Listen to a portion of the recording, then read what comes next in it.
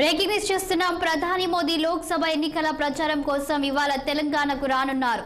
కేరళ నుంచి ప్రత్యేక విమానంలో బేగంపేట విమానాశ్రయానికి సాయంత్రం 4:50 ప్రధాని చేరుకోనున్నారు. బేగంపేట నుంచి రోడ్డు మార్గం ద్వారా మల్కాజ్గిరికి వెళ్లనున్నారు. మిర్జాలగూడ నుంచి మల్కాజ్గిరి క్రాస్ వరకు దాదాపు 1.2 కిలోమీటర్ల మేర సుమారు గంట సేపు రోడ్ షో సాగనుంది. సాయంత్రం 6:40 వరకు రాజ్ భవన్ కు చేరుకుంటారు.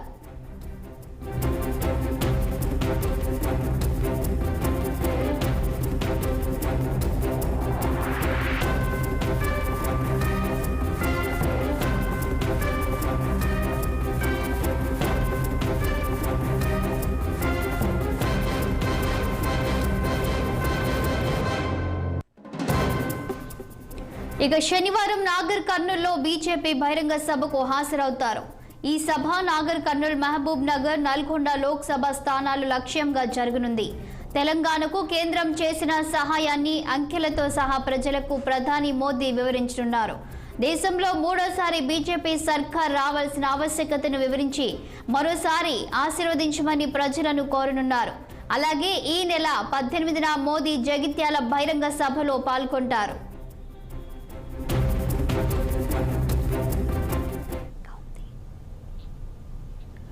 అయితే ఇప్పటికే ప్రధాని పలుమార్లు తెలంగాణకు వచ్చి వెళ్లారు. తాజాగా మరికొంతమంది బీజేపీ పార్లమెంట్ అభ్యర్థులను ఆ పార్టీ ప్రకటించిన నేపథ్యంలో మోదీ పర్యటన ప్రాధాన్యత సంతరించుకుంది. కరీంనగర్, పెద్దపల్లి, నిజామాబాద్ లోక్సభ స్థానాలే లక్ష్యంగా దానికి రూపకల్పన చేశారు. ఇప్పటికే ప్రధాని 4-5 తేదీల్లో రాష్ట్రంలో లోక్సభ ఎన్నికల తొలి విడత ప్రచారం నిర్వహించారు. ఆదిలాబాద్, పటాన్చెరు విజయ సంకల్ప సభల్లో పాల్గొన్నారు. అలాగే బీజేపీ అగ్రనేత కేంద్ర హోంమంత్రి అమిత్ షా ఒకరోజు హైదరాబాద్ లో వివిధ కార్యక్రమాల్లో పాల్గొని పార్టీ శ్రేణులకు దిశానిర్దేశం చేశారు.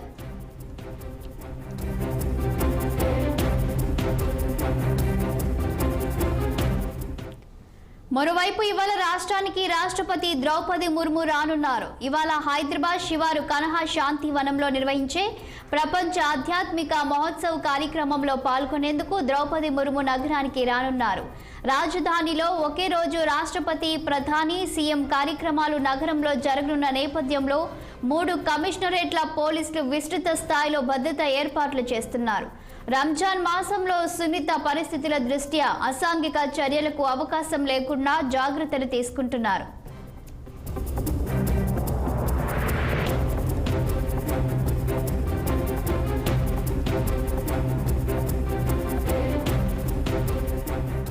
ఇక ఇదే అంశానికి సంబంధించి పూర్తి డీటెయిల్స్ మా ప్రతినిధి మాధవి అందిస్తారు. గుడ్ మార్నింగ్ మాధవి, చెప్పండి, ఈరోజు ప్రధాని మోదీ అయితే లోక్సభ ఎన్నికల ప్రచారం కోసం తెలంగాణకు రానున్నట్టు తెలుస్తుంది. ఆయన స్కెడ్యూల్ ఏంటి?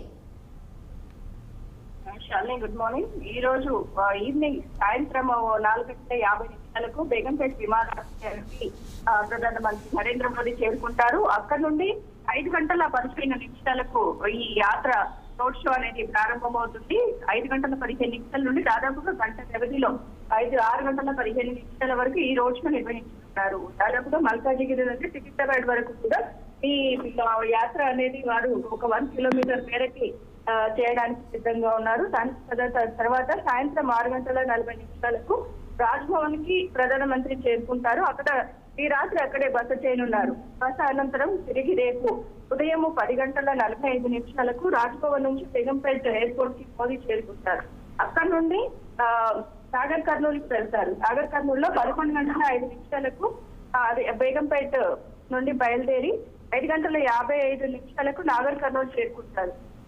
మధ్యాహ్నం మాత్రం 12 గంటలకు నాగర్ కర్నూల్ లో బహిరంగ సభనైతే ఏర్పాటు చేయనున్నారు.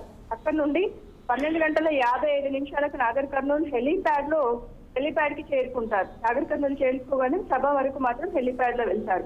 మధ్యాహ్నం 1 గంటకు నాగర్ కర్నూల్ నుంచి కర్ణాటక గుల్బర్గాకు పర్యటనకు వెళ్లనున్నారు మోడీ.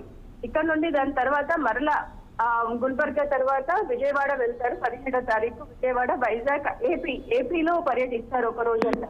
దాని తర్వాత మరలా 18వ తేదీ జగిత్యాలకి రానున్నారు మోడీ. మాధవి, మనం ఇప్పుడు చూసుకున్న చెప్పండి మాధవి.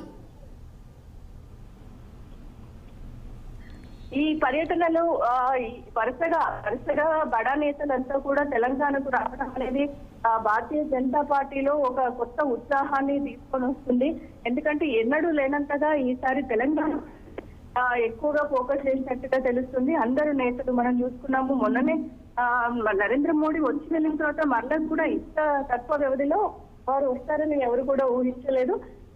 ఈ మధ్య కాలంలోనే మరలా అమిత్ షాని పంపించడమే కాకుండా తనకు కూడా మరలా రావడం అనేది తెలంగాణ పైననే భారీగా వీళ్ళు ఫోకస్ చేసి పార్లమెంట్ ఎలక్షన్స్ లలో ఎక్కువ మెజారిటీ సీట్లను పొందుకోవడానికి సిద్ధంగా ఉన్నట్లయితే కనిపిస్తుంది. శాలిని, మాధవి, ఒకవైపు రాష్ట్రపతి ద్రౌపది ముర్ము కూడా వస్తున్నారు కదా, మరి వారు కూడా సభలో పాల్గొనే అవకాశం ఏమైనా ఉందా?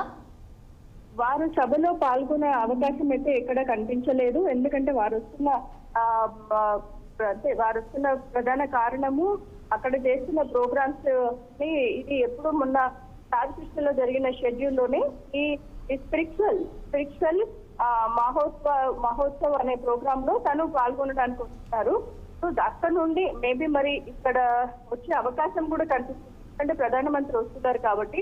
సో దానిపైన మనకి ఇంకా వివరాలు మాత్రం తెలియరాలేదు. ఆ వివరాలు వచ్చిన వెంటనే కూడా మనం సమాచారం అందించడానికి సిద్ధంగా ఉన్నాం. విషయాన్ని మాధవి, ఇక్కడ మనం చూసినట్లయితే పార్లమెంట్ ఎలక్షన్ కి సంబంధించి ఇప్పటికే ఇక బీజేపీ హైకమాండ్ అయితే తెలంగాణలో ఎక్కువగా ఫోకస్ పెట్టింది. ఇప్పటికే చాలా సభలతో కూడా ముందుకు వెళ్తున్నారు, రోడ్ షోలతో. మరి ఇదంతా కూడా పార్టీకి ఏ విధమైనటువంటి విజయాన్ని చేకూర్చే అవకాశం కనిపిస్తుందంటారు? పార్టీకి మాత్రం ఇదంతా ఇప్పుడు ప్రస్తుతానికి ఇక్కడ ఉన్న నేతల అందరికన్నా ఎక్కువగా భారతదేశంలో ఉన్న ప్రజలంతా కూడా మోడీ పైన ఎక్కువ ఫోకస్ చేస్తున్నారు. మోడీ నినాదంతో వెళ్తున్న ఈ సమావేశాలు కానీ, విజయయాత్రలు కానీ ఇవంతా కూడా ఎక్కడ చూసినా బీజేపీ అనగానే మోడీ కనిపిస్తున్నారు తప్పితే వీళ్ళు కేవలము ఒక మోడీ మాస్క్ పెట్టుకొని తిరుగుతున్నట్టుగా తెలుస్తుంది. ఎందుకంటే ఇప్పుడు మోడీ ప్రధాన ధ్యేయం ప్రధానమంత్రిని మూడోసారి ప్రధానమంత్రిని చెయ్యాలి అనే ప్రతి ఒక్క నేత కూడా దీనికి ముందడుగు వేస్తున్నారు, అంతగా శ్రమిస్తున్నారు. అంటే ఈ మనకు అసెంబ్లీ ఎన్నికల్లో చూస్తున్నట్లయితే ఇలాంటి వాతావరణం మనకి ఎక్కడ కనిపించలేదు. కానీ పార్లమెంట్ ఎలక్షన్స్ ని మరీ అంటే ప్రెస్టేజ్ ఇష్యూగా తీసుకున్నట్టుగా కూడా తెలుస్తుంది. ఎట్లాగైనా ఖచ్చితంగా 12 నుంచి 15 సీట్ల మధ్యలో వారు వస్తాయనే ధీమా మాత్రం వ్యక్తం చేస్తున్నారు. మొన్న అమిత్ షా కూడా గట్టిగా బలంగా చెప్పగలిగారు 12 సీట్లు తెలంగాణ నుంచి మనం మోడీకి గిఫ్ట్ ఇవ్వబోతున్నామని. సో ఇంకా ఇలా చాలా వరకు కూడా వారు ఇంకా 17కి 17 సీట్లు రావాలి అనే ఒక ధ్యేయంతో ముందుకు వెళ్తున్నట్లుగా తెలుస్తుంది. Shalini, thank you Madhavi.